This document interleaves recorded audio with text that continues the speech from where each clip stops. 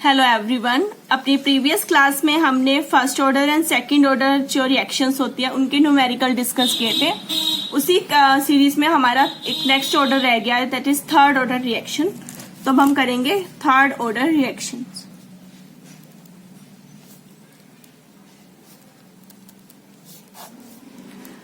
Third order reaction की बात करें, जैसे अब तक हम फर्स्ट में या सेकंड में करते आए हैं, क्या कहते हैं कि जो भी ऑर्डर होगा उतने की कंसंट्रेशन पे हमारा रेट डिपेंड करेगा। तो ये थर्ड ऑर्डर है, यानी कि जो रेट होगा, rate of reaction depends upon 3 concentration terms. 3 terms के ऊपर डिपेंड करेगा, ठीक है। तो वो हमारा क्या होगा, थर्ड ऑर्डर रिएक्शन। अब वो तीनों सेम भी हो सकती हैं, तीनों डिफरेंट भी हो सकती हैं, 2 सेम हो सकती हैं, एक अलग हो सकती है। तो अलग अलग कैटेगरी है, like 1 is A plus B plus C, तीनों अलग, ठीक है। या फिर एक कैटेगरी है कि 2 सेम हो जाए, एक अलग हो जाए। इसमें तीनों अलग, इसमें 2 सेम, एक अलग। या फिर तीनों same, that changes into product. जैसे हमारे पीछे सेकंड ऑर्डर में 2 कैटेगरी इस टाइप की बनी थी, 2A और A प्लस B वाली। हमने दोनों को सोल्व किया था, बट यहां पर हम सिंपलेस्ट केस लेंगे। सिंपलेस्ट केस में क्या होगा, जिसमें ज्यादा ना हो ना, एक ही टाइप के हो, तो हम लेंगे 3A वाला केस। तो 3A changes into product. Because इस टाइप की रिएक्शन के एग्जाम्पल्स भी बहुत कम होते हैं, third order and higher are very rare, ठीक है। वो रीजन भी हम बात करेंगे कि ऐसा क्यों। तो हम सिंपलेस्ट केस लेकर इसी के एक्सप्रेशन को सोल्व करेंगे। Now for that let's took the initial concentration, that concentration is A, ठीक है। at time t हमारे पास x क्या हो गए, डिक्रीज हो गए। तो at time t concentration कितनी बची, A माइनस एक्स, जैसे हम करते हैं। Now dx by dt is directly proportional to concentration of A, because तीनों सेम है, तो इसका क्या आ जाएगा, cube, because third order reaction है, जो ये पावर होगी उतना ही ऑर्डर। इसकी वैल्यू कितनी है कंसंट्रेशन की, A माइनस एक्स, यानी कि dx by dt is directly proportional to A minus x का क्यूब। जैसे पिछली पावर में यहाँ स्क्वायर आया था, उससे पिछली बार 1 आया था, यहाँ 3 आएगी पावर, क्योंकि थर्ड ऑर्डर है। डन। फिर हम क्या करते थे, यहां से कॉन्स्टेंट आता था, dx by dt is equal to K A minus x. Then इस टर्म को हम इधर लेके जाते थे और इसे इधर लेके जाते थे, K dt। नाउ इंटीग्रेट, ये पिछले ही स्टेप है सारे रिपीटेड। इंटीग्रेट करोगे तो इधर तो आ जाएगा के t plus I, I is constant, जिसकी हम बाद में वैल्यू निकालेंगे। ये पावर होगी -3 + 1, यानी कि बचेगी पावर -2। -2 यानी नीचे आ गया। किसी की भी पावर का इंटीग्रेशन करना है, आ जाएगी -3। तो जब इंटीग्रेशन होगा तो +1 अपॉन -3 + 1 ये आना चाहिए। और जब x का करते हैं तब -1 आता है, ये चीज होती है मेरे पास। तो मैंने वही किया, ये जो पावर बची -2 से मैं नीचे ले आई, यहां से बचेगा 2 और साथ में माइनस और माइनस प्लस, तो मेरे पास ये टर्म आ गया। डन। तो हमने इसको इंटीग्रेट करके सोल्व कर लिया, यानी मेरे पास आ गया 1/2 A माइनस एक्स का whole square is equal to k t plus I. अब मुझे किसकी वैल्यू निकालनी है, आई की। आई की वैल्यू के लिए हम कहते हैं at t is equal to 0, x is 0। जब टी की वैल्यू 0 होगी उस टाइम एक्स क्या हो जाएगा, 0। Put this in equation 1। तो यहां पे पुट करो 1/2 A रह गया, बिकॉज एक्स 0 है, ये 0 हो गया, आई की वैल्यू आ गई। Now use I value in equation 1।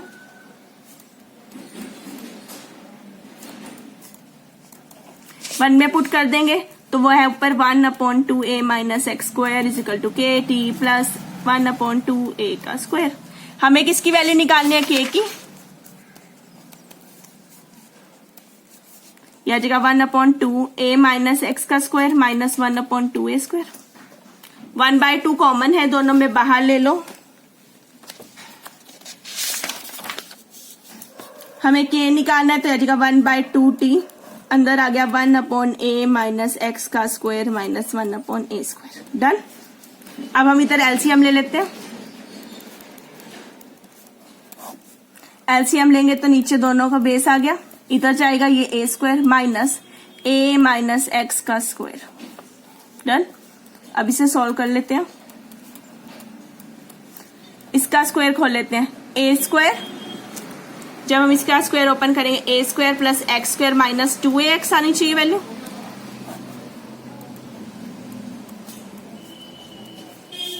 Minus open कर लो। आप चाहो तो स्टेप अगर एक में करना चाहो तो एक में भी कर सकते हो।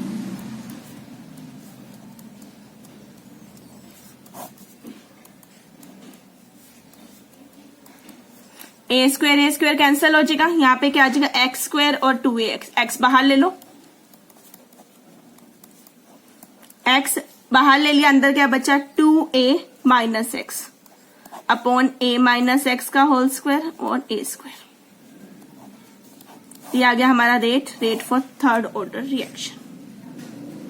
ठीक है, ये आ गया हमारा फॉर थर्ड ऑर्डर रिएक्शन। अब थर्ड ऑर्डर रिएक्शन की बात करें। अब यहाँ पे एक तरह से ये कंसंट्रेशन है, किसकी इनिशियल कंसंट्रेशन, सी नोट की। ये किसकी है, सीटी की। तो हम सी नोट और सीटी की टर्म में लेते हैं, तब हमारे पास ये आ जाता है k is equal to 1/2t। इस वाली को ले रही हूं, I mark it as equation number 2 from equation 2।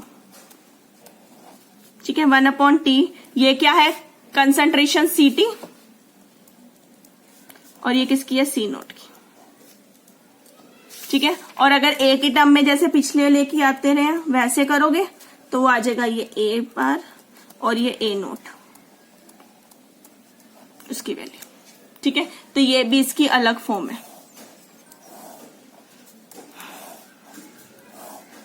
Done. तो ये आ गई हमारी थर्ड ऑर्डर रिएक्शन। अब जब थर्ड ऑर्डर रिएक्शन कर लिया तो अब इसकी बात करते हैं कैरेक्टरिस्टिक्स की। सेकेंड ऑर्डर में हमने 2 केस किए थे, इसमें 3 केस बनते हैं, पर हमने सिंपलेस्ट केस को सॉल्व किया, रेस्ट वाले की हमें जरूरत नहीं है। ठीक है, अब सिंपल केस को सॉल्व करके जो आया रिजल्ट, उसकी कैरेक्टरिस्टिक्स की बात करते हैं।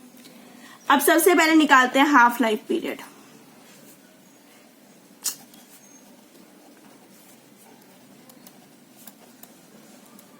हाफ लाइफ पीरियड मीन्स जिस पे टाइम कितना हो जाएगा, टी हाफ। तो एक्स की वैल्यू कितनी हो जाएगी, a/2। एक्स को हमने ले लेना a/2 की फॉर्म में। अब एपी से किसी भी इक्वेशन में ले जाके सोल्व कर लो, चाहे इसमें सोल्व करो, ये 2 है, इसे मैं 3 ले लू, 3 वाले में ले लो या 2 वाले में ले लो, जिसमें मर्जी ले लो। Use this in equation number 3। तो k is equal to 1/2 t half. Formula x की वैल्यू ये आ गई 2a minus x upon a minus x और साथ में a स्क्वायर। मेरे पास ये सारी वैल्यू आ गई। जहां जहां x था वहां मैंने a/2 पुट कर दिया।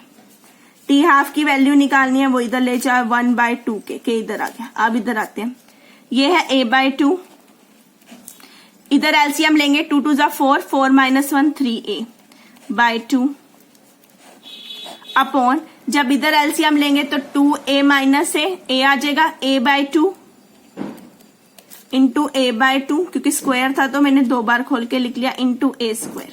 मेरे पास ये टर्म आ गई। 2 2 2 2 कैंसल, 2 की पावर 3 4, 4 यहाँ पे है, 2 पावर यहाँ पे है, तो 2 कैंसल हो जाएंगी। तो हमारे पास क्या बचेगा, t half is equal to 1/2 k, ऊपर सारी पावर कैंसिल होगी, क्या बच रहा है, सिर्फ 3 बच रहा है। ठीक है, नीचे क्या बच रहा है, सारी पावर कैंसिल होने के बाद सिर्फ और सिर्फ a स्क्वायर बच रहा है। आप कैंसिल करके देख सकते हैं।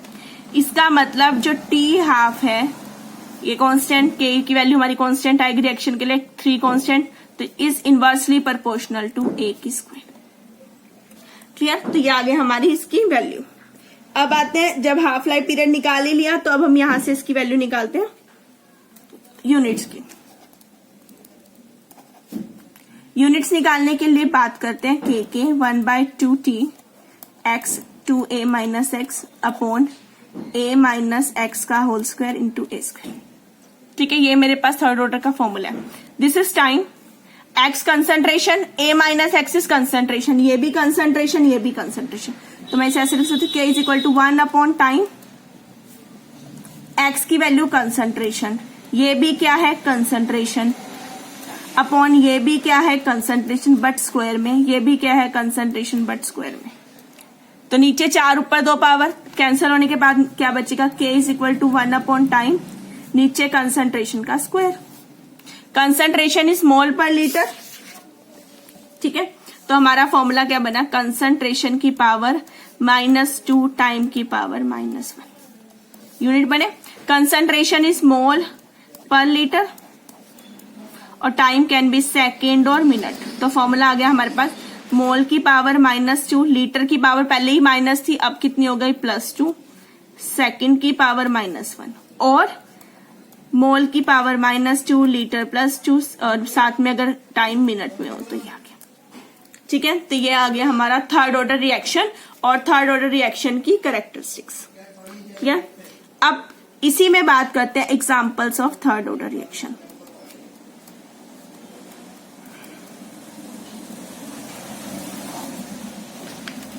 थर्ड ऑर्डर रिएक्शन के एग्जांपल्स की बात करो तो बहुत कम है as compare to first order and second order. तो इसमें जो पहले एग्जांपल आते हैं वो है रिएक्शन इन गैसियस फेज।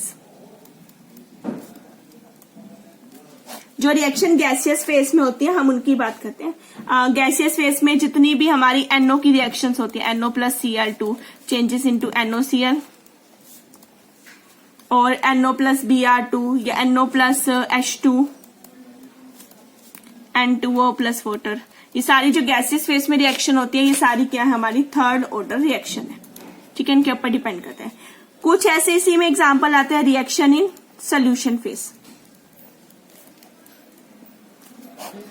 जो सोल्यूशन फेज में हो इसमें भी बहुत कम एग्जांपल है, ठीक है। ऐसे बहुत ज्यादा खास एग्जांपल नहीं है, रेयर ही कोई एग्जांपल होगा जो थर्ड ऑर्डर में आएगा, otherwise maximum are in first and second order like FeCl3 + SnCl2 changes into FeCl2 + SnCl4।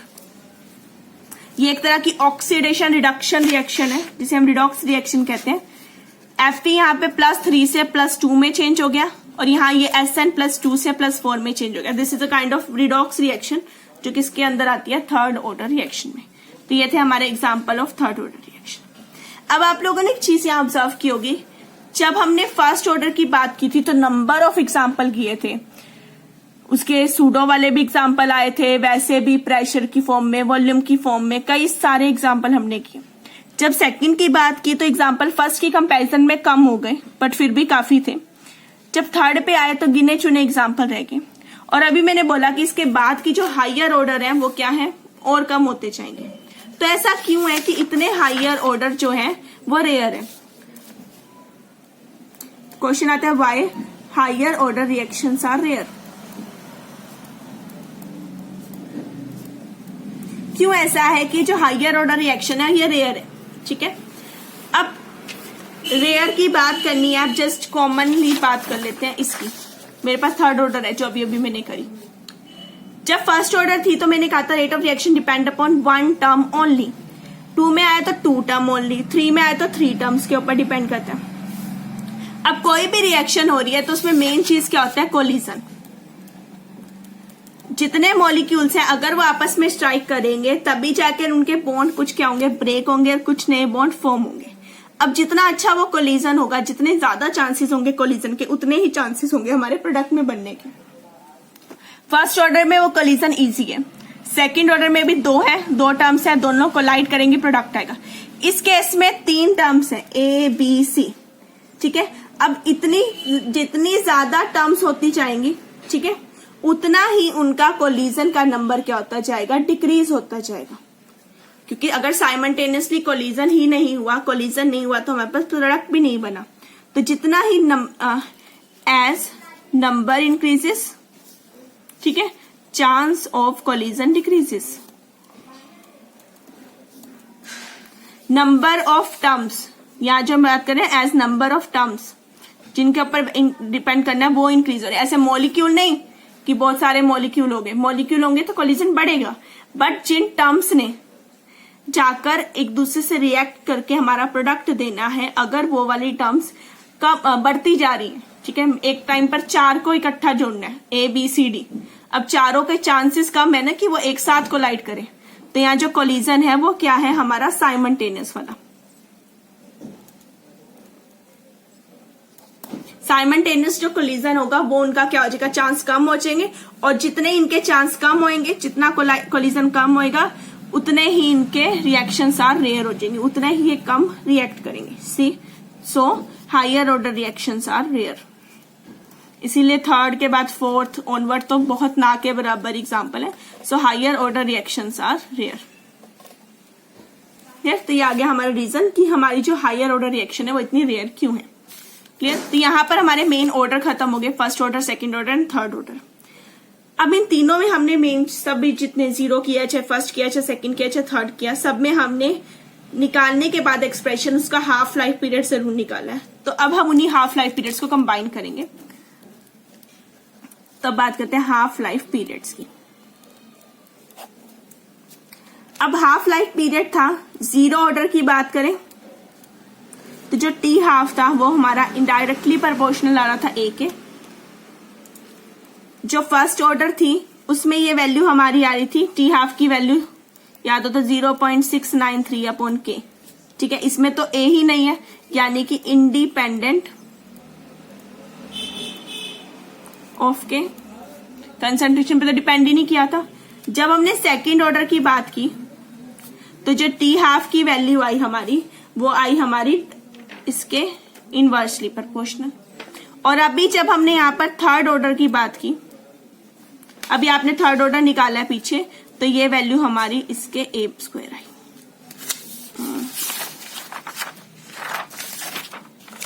ये था, ठीक है, थर्ड ऑर्डर रिएक्शन। तो हमारी सारी की सारी आ गई। अब इनमें आपने एक चीज कॉमन की, चेक करो, एंड यहां पर वैल्यू थी जीरो ऑर्डर के लिए 1, 1 के लिए 0, इसके लिए -1, इसके लिए -1, -2। तो अगर मैं इन्हें जनरल कंबाइन कर लूं, जनरल क्या हो जाएगा, t half is proportional to a की पावर n-1। डन। एन को आप नंबर देते जाओ और जो नंबर आता जाएगा आपने उसके अकॉर्डिंग पुट करना है। जैसे 1 दोगे, 1 - 1 इज 0, खत्म। 2 दे दो, 2 - 1 इज 1। ए की पावर 3, थर्ड ऑर्डर है ना, एन को 3 दो, 3 - 1 इज 2, आ गया 2। अब 0 दो, 0 दोगे तो -1 चला गया ऊपर, तो ये आ गया इसका general formula, nth power. Clear. तो ये आ गई हमारी हाफ लाइफ पीरियड जो हमने पीछे निकाली, उसी को हमने यहाँ पे क्या कर दिया, कंबाइन कर दिया। अब इसी में अपनी नेक्स्ट टर्म आती है, दैट इज मोलिकुलैरिटी।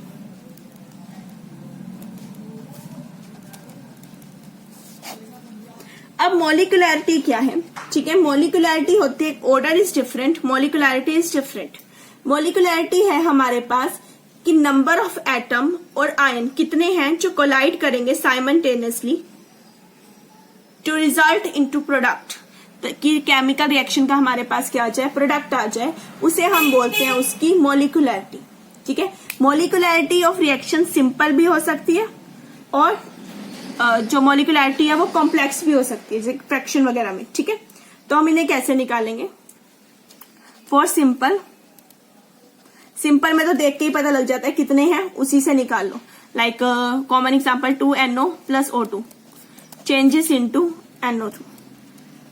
तो कितने मॉलिक्यूल है, 2 ये और एक ये, 3, तो ये 3 मॉलिक्यूल्स, तो इसकी मॉलिकुलैरिटी कितनी होगी, 3। ठीक है, डन। कोई भी जनरल सा एग्जांपल है, like 2HI changes into H2 + I2, कितने मॉलिक्यूल्स है, 2, तो इसकी मॉलिकुलैरिटी कितनी है, 2। जितने मॉलिक्यूल्स होंगे नंबर ऑफ कोलिजन के लिए, उतनी हमारी क्या आ जाएगी, मॉलिकुलैरिटी आ जाएगी। क्लियर। अब कॉम्प्लेक्स की बात करते हैं, तो सिंपल हो गया, दिखने में ही पता लगे थे। कॉम्प्लेक्स होते हैं जिन्हें हमें बैलेंस करना पड़ता है। आपने लोअर क्लासेस में बैलेंसिंग की थी, ठीक है, बैलेंसिंग करते हैं, अगर उसमें नंबर ऑफ स्टेप ज्यादा हो तो उनका जो स्लोएस्ट स्टेप होता है, जो स्लो स्टेप होगा, हम उससे उसकी मॉलिकुलैरिटी निकालेंगे। ठीक है, स्लो स्टेप होगा हमारा रेट डिटर्मिंग स्टेप।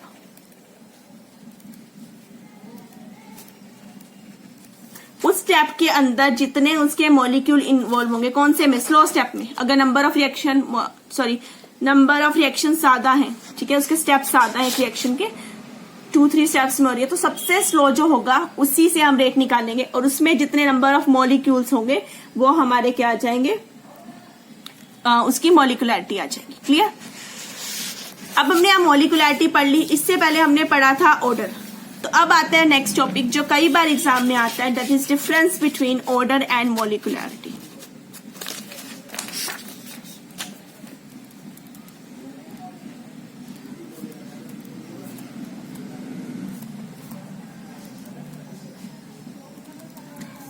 मॉलिक्यूलैरिटी एंड ऑर्डर में क्या डिफरेंस है? तो एक साइड में ऑर्डर ले रही हूं, एक साइड में क्या ले रही हूं, मॉलिक्यूलैरिटी। ठीक है। अब ऑर्डर अभी तक हम निकाले थे, 0 order, first order, second order. ठीक है, कोई भी आ सकता था।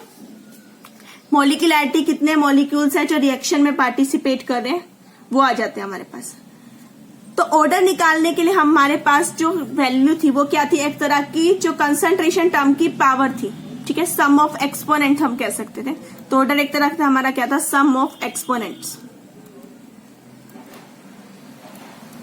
जो पावर में आ रहे थे, अल्फा प्लस बीटा, ये कहते थे ना, यानी ये उसका क्या हो जाएगा, ऑर्डर, जिसे हम रेट लॉ से निकालते थे।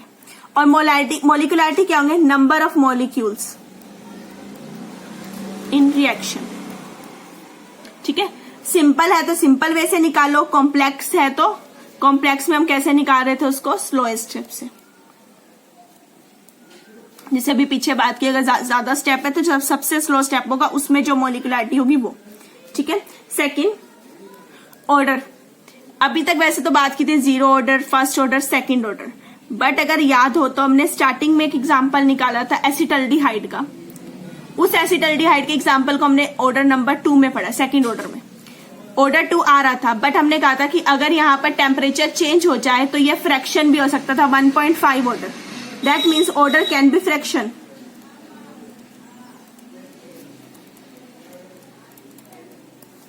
जरूरी नहीं है कि होल हो, 0, 1, 2 तो है ही, लाइक 0 है, 1 है, 2 है, साथ में 1.5 ऑर्डर भी है। This can be possible. Acetaldehyde के एग्जांपल है, उसमें 1.5 आता है। ठीक है, तो फ्रैक्शन हो, but molecularity is always a whole number. ये हमेशा क्या होगी, होल नंबर ही होगी, 1, 2, 3, 4 इस तरह से। ठीक है, ऑर्डर हमेशा एक्सपेरिमेंटली निकलेगा, कांट बी कैलकुलेटेड। आप देख के उसका ऑर्डर नहीं बता सकते, आपको उसे कैलकुलेट नहीं कर सकते, आपको उसको निकालना पड़ेगा, एक्सपेरिमेंट।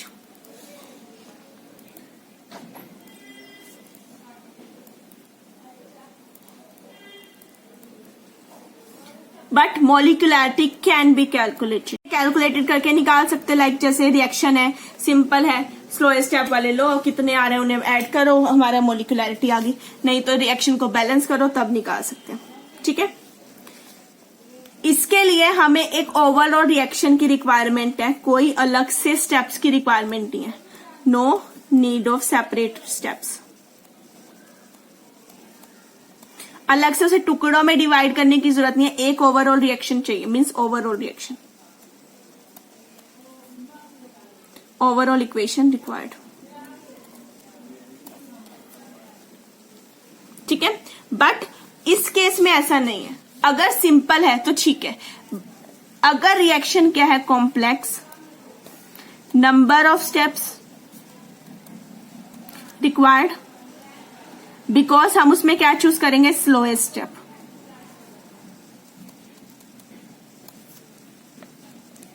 ठीक है, उसमें मेन रोल किसका है, स्लो स्टेप का। स्लो कब निकलेगा, जब मुझे सारे स्टेप पता होंगे। ओवरऑल से मुझे मतलब नहीं है, मुझे तो स्लो से निकालना था, तो मुझे सारे स्टेप पता होने चाहिए। ठीक है,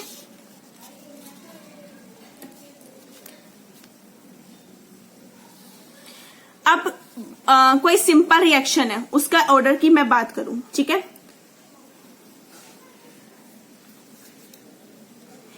ऑर्डर अलग चीज है, मॉलिक्यूलैरिटी अलग चीज है। सिंपल रिएक्शन है तो मॉलिक्यूलैरिटी निकालने के लिए आप उसकी स्टोइकियोमेट्री ले सकते हो। फॉर सिंपल रिएक्शन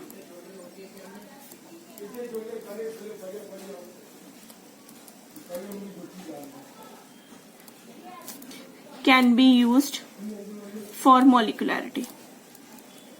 उसकी स्टोइकियोमेट्री मीन्स कितने कितने हैं, 2 है, 3 है, 4 है, उससे आप उसकी मॉलिक्युलैरिटी इजिली निकाल सकते हैं, ठीक है। बट ऑर्डर में ऐसा नहीं है, order may not be equal to मॉलिक्युलैरिटी।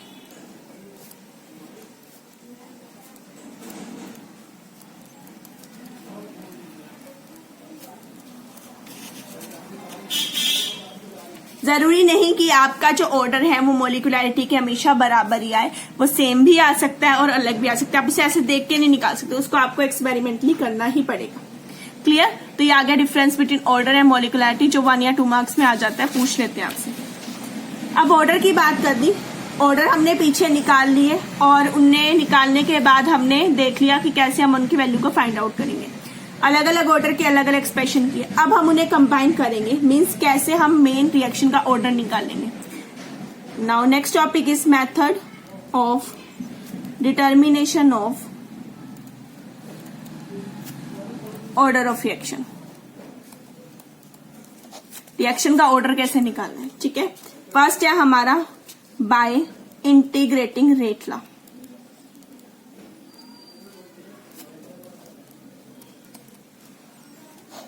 अब चारों जो हमने किए 0, फर्स्ट, सेकंड एंड थर्ड, उन सभी की रेट लॉ की इंटीग्रेटेड फॉर्म की बात करते हैं।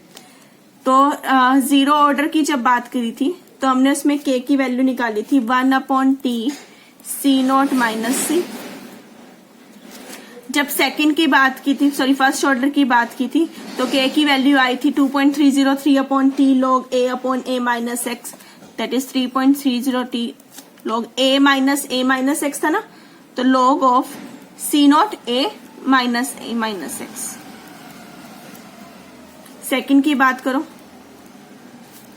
k निकाला था 1/t 1/C0 minus 1/CT minus C0 था।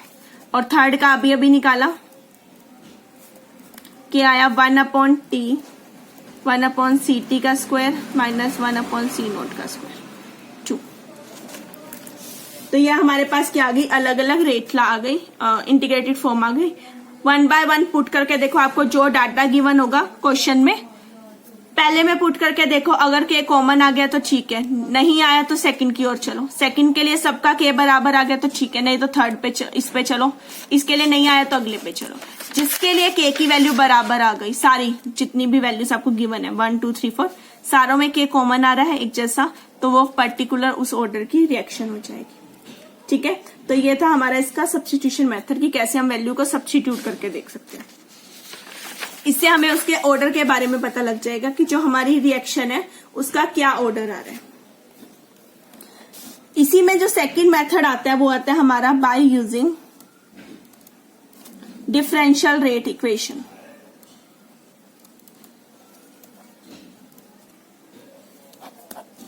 अब ये डिफरेंशियल रेट इक्वेशन क्या है, अब हमने चारों के लिए कोई ना कोई रेट की फॉर्मेशन की है।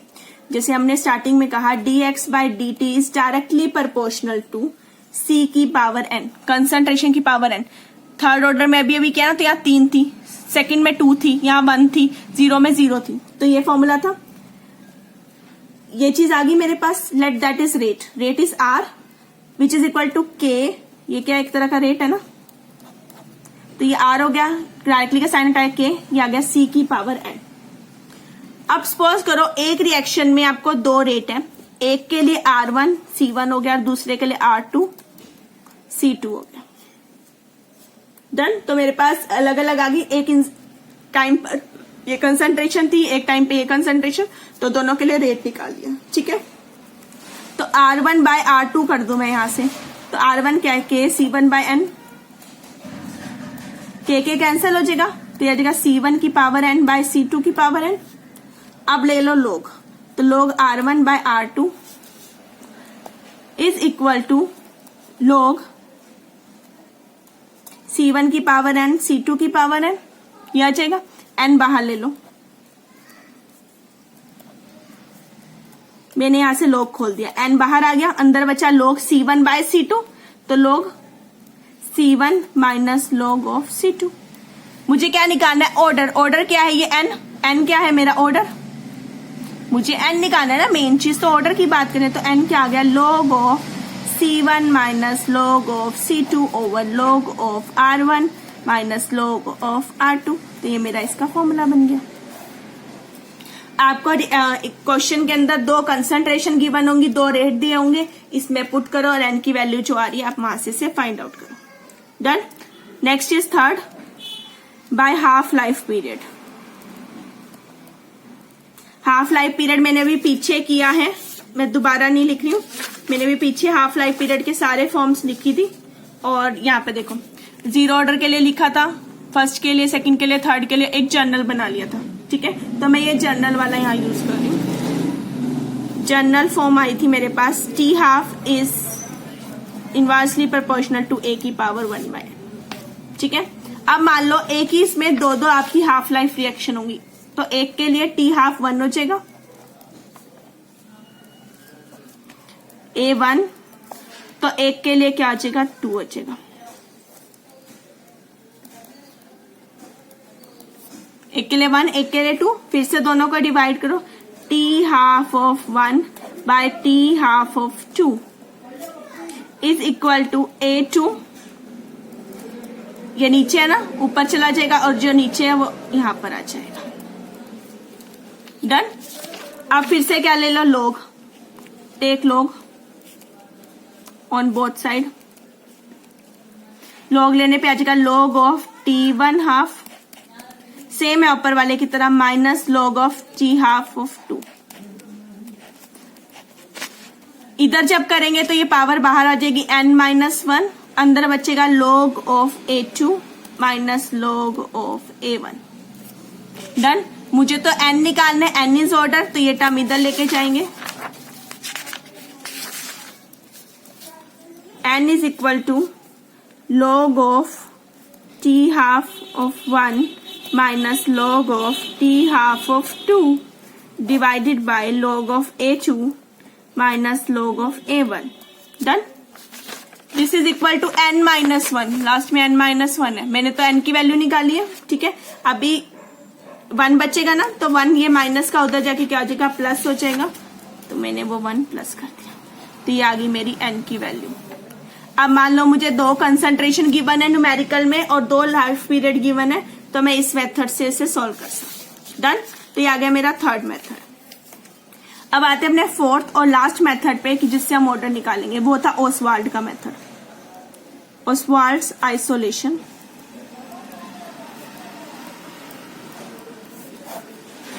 अब ओसवाल्ड आइसोलेशन मेथड की बात करते हैं। ओसवाल्ड आइसोलेशन मेथड में फॉर एग्जांपल लाइक मेरे पास 3 टर्म्स है, 3 रिएक्टेंट्स A, B, C। अब आपने पीछे जब फर्स्ट ऑर्डर किए थी तो उसमें एग्जांपल किए थे सूडो यूनिमोलिकुलर रिएक्शन की। सूडो यूनिमोलिकुलर रिएक्शन वो रिएक्शन थी जहां से आपने ये कहा था कि अगर उनमें वाटर वगैरह एक्सेस हो जाए, वैसे तो वो सेकंड ऑर्डर थी बट बिहेव ऐसा करती थी जैसे वो फर्स्ट ऑर्डर रिएक्शन हो, बिकॉज एक चीज हमने कैसे ले ली थी, एक्सेस में। तो यहां ऐसा ही करना है, एक टर्म जिसे निकालना है उसके अलावा रेस्ट टर्म्स को क्या लेना है, इन एक्सेस। जिसे निकालना है उसके अलावा जितने टर्म है उन्हें एक्सेस ले लो। तो पहले पार्ट में फर्स्ट स्टेप में आप क्या करोगे, बी और सी, ए को निकालने के लिए बी सी बचे, B C in excess, excess में ले लोगे बीसी को। बीसी को एक्सेस में लेने के बाद सिर्फ क्या रह जाएगा, ए को आइसोलेट करोगे। ठीक है, और इसका ऑर्डर निकालोगे, लेट इसका ऑर्डर कितना है, अल्फा। ठीक है, सेकेंड टाइम पे क्या करोगे, अब ए और सी को एक्सेस में ले लो और आइसोलेट किसे कर लो, बी को, खाली बी रह गया। अब निकाल लो, ऑर्डर आ गया आपका बीटा। थर्ड स्टेप में क्या करो, ए और बी को एक्सेस में ले लो और आइसोलेट कर लो सी को। अब आ गया आपका ऑर्डर गामा। ठीक है, एक का इतना, दूसरे का इतना, तीसरे का, ऑर्डर तो तीनों का ओवरऑल है ना, क्योंकि रिएक्शन में तीनों है, तो टोटल ऑर्डर कितना हो गया, alpha plus beta plus gamma. ये आपका रिजल्ट आ जाएगा। तो इस तरह से हम इसका क्या निकाल सकते हैं, टोटल ऑर्डर की रिएक्शन का टोटल ऑर्डर कितना आया। ये था ओसवाल्ड का आइसोलेशन मेथड। रेस्ट हमने जो मेथड पढ़े हैं वो सारे हमारे जो पीछे इनकी इंटीग्रेटेड फॉर्म है उन्हीं से आया, कोई नया मेथड नहीं था। चाहे इंटीग्रेटेड फॉर्म का पढ़ो, चाहे रेट ला का कर लो, चाहे ही आप हाफ लाइफ पीरियड का कर लो, कोई भी नया नहीं था। जो पीछे रिएक्शंस करी हैं और उनके फॉर्म्स की है, इंटीग्रेटेड फॉर्म्स और उनकी कैरेक्टरिस्टिक्स की है, इसे हमने वहीं से फाइंड आउट किया। एक इसी में टर्म आती है रेडियो एक्टिव डीके, सिलेबस में नहीं है बट इसी से रिलेटेड है, इसीलिए यहां बता रही हूं। रेडियो एक्टिव डीके बोल लेते हैं हम इसे, ठीक है, या फिर जो हमारी न्यूक्लियर रिएक्शन होती है उसका एवरेज लाइफ पीरियड। तो इसमें जो हमारी टी हाफ की वैल्यू होती है वो हमारी फर्स्ट ऑर्डर जैसी होती है, दैट इज 0.693 अपॉन के, ठीक है। तो ये जो होती है वो आती है हमारी एवरेज लाइफ पीरियड। तो यहां से हम निकालते हैं एवरेज लाइफ, एक रिएक्शन की एवरेज लाइफ जिसे हम टो से रिप्रेजेंट करते हैं, that is equal to 1/k, t half upon 0.693। तो ये उसकी टी हाफ की वैल्यू होती है एवरेज लाइफ की, ठीक है। जस्ट सिमिलर होता है न्यूक्लियर जो डीके रिएक्शन होती है हमारी रिएक्टिव डीके, फर्स्ट ऑर्डर जैसी होती है, तो उसके लिए फॉर्मूला आता है। ऐसा सिलेबस में नहीं है बट कई बार पूछ लेते हैं, बिकॉज फर्स्ट ऑर्डर हम पढ़ चुके हैं, ये उसी से रिलेटेड है, इसीलिए मैं इसे यहाँ पर बता रही हूँ। ओके, तो ये थी हमारी थर्ड ऑर्डर रिएक्शन जो लास्ट ऑर्डर था, जिसके बाद हमने ऑर्डर एंड मॉलिक्युलरिटी की बात की, फिर हमने इन्हीं ऑर्डर को कैसे निकालेंगे, मेन चीज क्या मेथड है उसकी बात की, ठीक है। अब नेक्स्ट में हम आर्हेनियस इक्वेशन और जो हमारी थ्योरीज है, जिसके लास्ट पार्ट है थ्योरीज वाला पार्ट, उसे डिस्कस करेंगे। Okay, thank you everyone.